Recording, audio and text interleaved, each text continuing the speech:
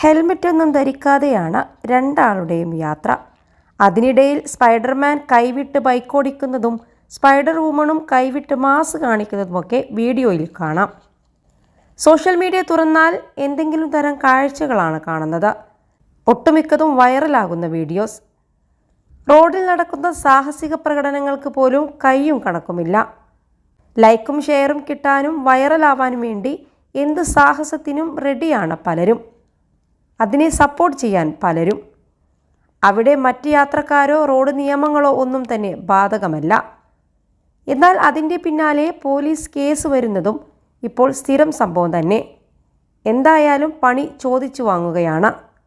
ഏറ്റവും ഒടുവിലായി ഇപ്പോൾ അറസ്റ്റ് ചെയ്യപ്പെട്ടത് ഒരു സ്പൈഡർമാനും സ്പൈഡർ വുമണുമാണ്.